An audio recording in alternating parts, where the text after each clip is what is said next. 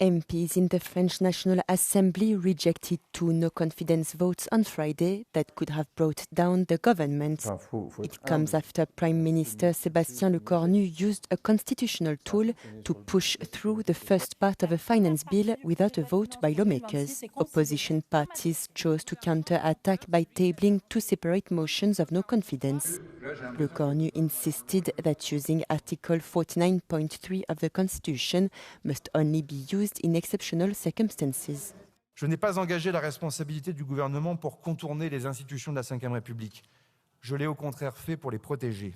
Mais aucune institution, aussi solide soit-elle, ne peut fonctionner durablement si celles et ceux qui l'incarnent renoncent à leurs propres responsabilités. Les recours à l'article 49 alinéa 3 ne pourront plus être utilisés demain comme avant. Ils ne pourront plus être un réflexe. The motion of no confidence, coming from the Friends Unbowed Party and supported by its environmentalist and communist partners, received only 269 votes. The second one, brought by the far-right National Rally and its ally, the UDR group, received 142 votes. Both needed 288 votes to pass.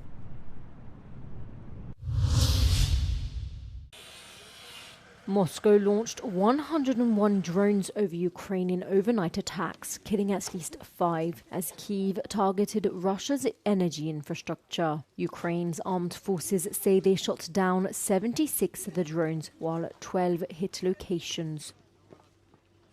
4 people were killed, including a 5-year-old boy, and 5 were injured in a Russian drone attack on the village of Cherkassky in the Donetsk region. Побігом дітвору в погріб поховалися. Дітвору в погріб пішли допомагати людей розкапувати. Одного викопали, второго викопали, мертвих уже. Єлі там дівчину викопали, дитину живу витягнули, потім відправили одразу на машині, відправили в скору з ожогами. More strikes were recorded on the settlement of Komishuvacha in the Zaporizhzhia region, where one elderly man was killed and 10 people were injured, according to local officials.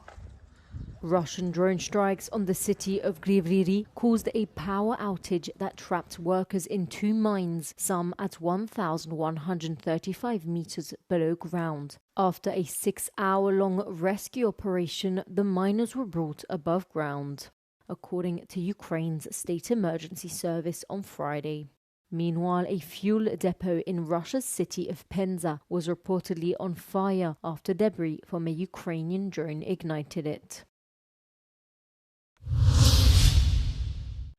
The Russian Defense Ministry released a video on Friday described as showing 2 long-range Tu-22 M3 bombers performing a planned flight in the airspace over neutral waters of the Baltic Sea. Russian authorities said the escort was provided by crews of Su-35 and Su-30 fighters aircraft of the aerospace forces. The flight duration was about 5 hours, they claim. At certain stages of the route, long-range bombers were accompanied by fighter jets from foreign countries, the Russian Minister of Defense added.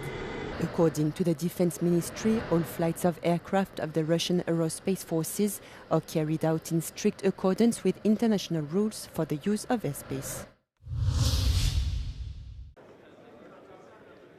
This year's World Economic Forum in Davos took place in a particularly tense climate. Europe and the United States displayed their disagreements on Greenland in speech after speech, raising fears of a trade war between the historic partners. Although Washington ultimately backtracked, the scars run deep and the economic risks remain. It has been the most significant shift that we have seen in many years in terms of what's happening with the world order. Now, it still remains the case that 80% of global trade is conducted by the rules of the World Trade Organization, so it's not completely chaotic, but we are at a precipice. Faced with geopolitical risks, the Harvard professor believes that the European response must involve strengthening the single market. She believes that undertaking reforms across all 27 member states and showing that they are capable of coming together would send a message to the international community.